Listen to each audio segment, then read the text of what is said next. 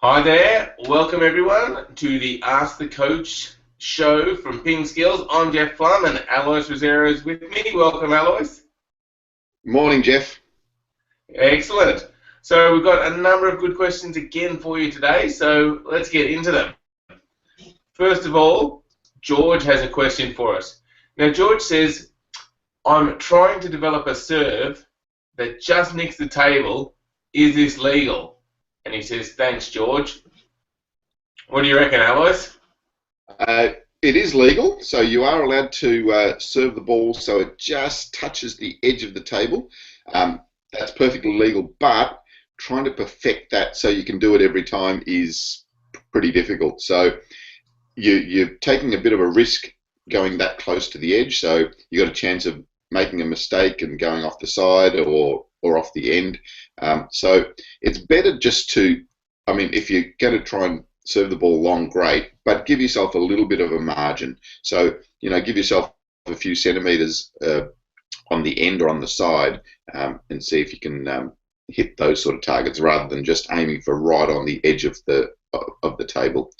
I remember hearing a coach talk once about the difference between beginner players and better players. So the beginner players aim for a target that big or bigger, or they aim for just the table. The better players start to make their target smaller and smaller and smaller. So as they get better, they're aiming for only a couple of centimeters from their target rather than just aiming for the table. But aiming for a thin edge, I think that's just going a little bit too difficult. So just aim for close to the edge, but not right on the edge. Yeah, it sounds like a feasible idea, really. I mean, just get it lined up and aim for the edge every time, and you'll win the point every time you serve. Sounds like a great idea, but I guess players, when they practice their serves, will get an advantage out of their serve when they aren't aiming for the edge every time. And when you do aim for the edge every time, you're going to miss a lot and serve a few faults, and that just gives your opposition a point for nothing. And I think another thing that makes you think this isn't really a viable idea is that none of the top players in the world do it, and they're practicing their serve for an hour a day or more. So so I think George Alois is right there. Stick with just developing your serves, working on your variation of speed, placement, and spin, and that's your best bet with your serving. All right, so let's move on to the next question now. Frederick, he says, as I play with short pimples on the backhand, he's begun to wonder whether he should start to twiddle and hit the ball with his short pips, but on his forehand side. Do you think this is a good idea, Alois? And is this something Frederick should train? Yeah, I think that's an idea that you should try and pursue, Frederick. So by switching and using the short pimples on the forehand sometimes, it just gives your opponent something different to look at and think about when they're playing to you. So when they're top spinning to your forehand, they're not just thinking, well, this is the ball I'm going to get. They're wondering, is he going to change and play with the short pimples, or is he going to switch and play with the normal rubber? So if you can start to utilize that in your game, I think that'd be really useful. So yeah, have a go at it. You don't see it a lot with the short pimples. You see it a bit with players using long pimples, especially if they're using long pimples on the backhand. They'll use the pimple and then switch over and use the rubber on their backhand side. But yeah, Frederick, I think it's a good idea. It's something that you can pursue, and especially if you're having trouble with that slower top spin ball to your forehand, the short pimple can often be a little bit easier to make that ball back. Okay, great. So, Frederick, yeah, give it a try. Maybe start in some practice matches, trying it, and work on your twiddling, and I think it could be a good option for you. Great. Okay, so now David has a question for us. Now, David said he's seen the professionals when they play and they're returning serve, the opponent will serve short to their forehand, and the professional player will move right over their backhand and use the backhand to return the short serve. And so David said, is this something I should practice, or should he work on using his forehand more? Yeah, so I think, David, if you find your backhand return easier, it's definitely something that you can pursue. As you see, and as you said, there's a lot of top players now that move around and play the backhand return over from their forehand corner, or if they're right-hander over that way, they go over and play the backhand return. The advantage of using the backhand is that you can utilise more wrist when you're playing the backhand flick rather than the forehand. The forehand's a little bit harder to utilise the wrist. So that's why a lot of the players are utilising that backhand return. So yeah, and if you search for PingSkills backhand side spin flick, you'll see a lesson on that exact stroke.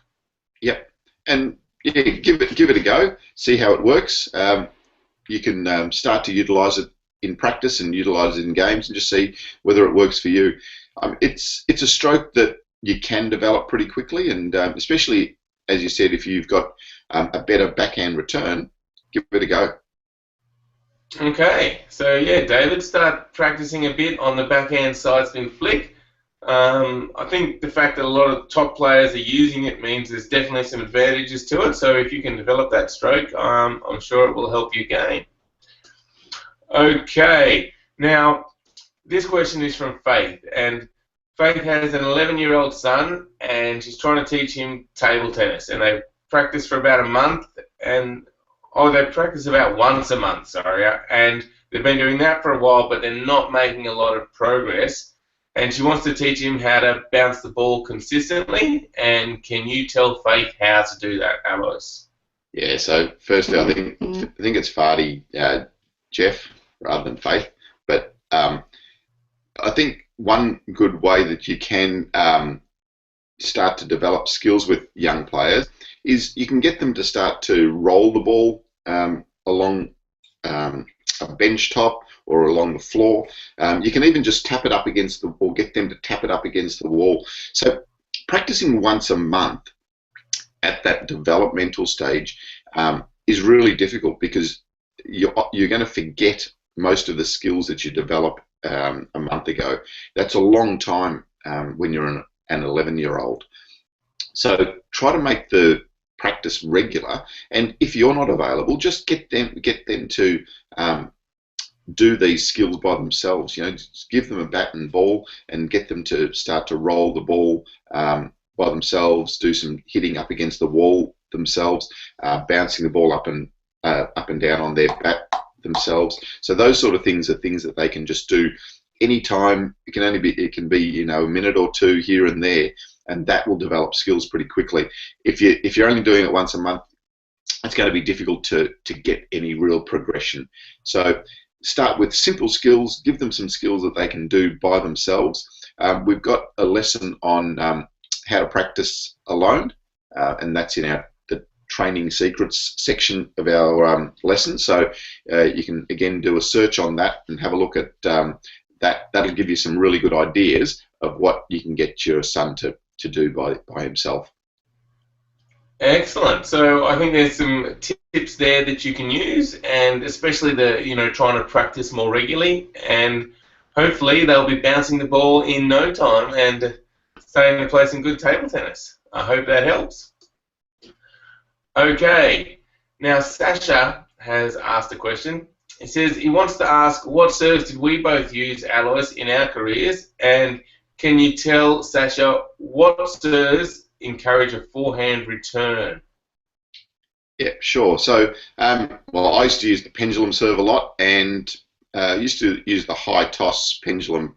That was probably my go-to serve in important situations. So, I used the high toss pendulum or the pendulum serve most of the time. It was interesting. As a junior, I basically only did backhand serves because the pendulum serve wasn't really used or very popular at that stage. So I used a lot of backhand serves to start off with, and then switched over to using more of the pendulum serve later when I was playing. So they're the serves that I used.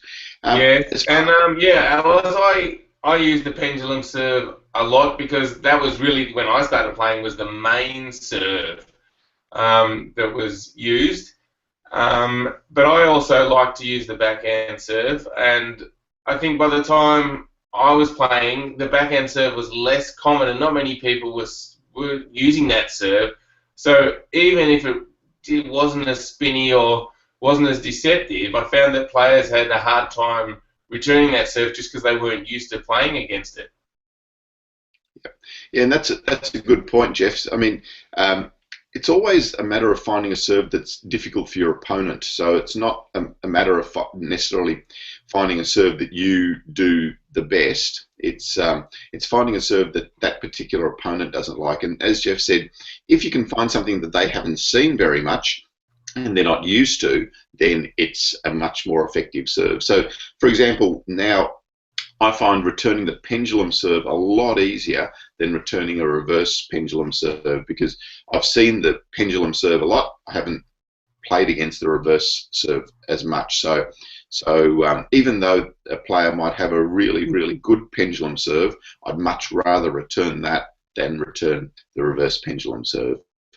Okay, and great. that sort of Now, Sasha also wanted to know what serves encourage a forehand return.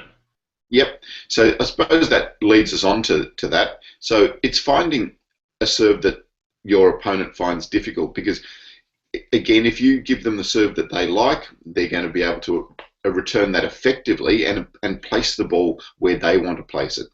So I used to find the pendulum serve was good because playing the serve from my backhand corner, I moved in position. I was ready to play my forehand on the next ball, and I played a lot of forehands when I went on the third ball rather than backhands, because my backhand was pretty weak.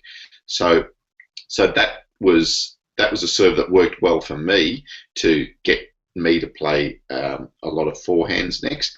But again, it's up to you. It's up to the serves that you develop and the procedures that you develop that's going to help you to get that forehand next, and also thinking about what your opponent struggles with. Okay, so yeah, Sasha, I guess the key is just, pick a few serves, work on them, make them your specialty, and just keep practicing them. And yeah, in a match, vary your serves to find out what's hard for your opponent, and you'll be sure to get an advantage from some of your serves. Yeah, and I think the other point that we didn't talk about is just where you're placing your serve too. So think about if you're doing your serve by placing it to, well, so if I was a right-hander, if I place it more to their backhand corner, it's going to come back to my backhand corner, because that's going to be a cross court. Whereas if I play the serve more to the forehand or to the middle, then there's more of a chance that they're going to play cross court into my forehand. So placement there is also a bit of a key to focus on. Okay, great tip, Alois. Okay, well, that wraps up our show, episode 6. Thanks for watching. Make sure you go to PingSkills.com and check out all the other great stuff we have there. And we will see you next time. Thanks, Alois. Okay, thanks, Jeff.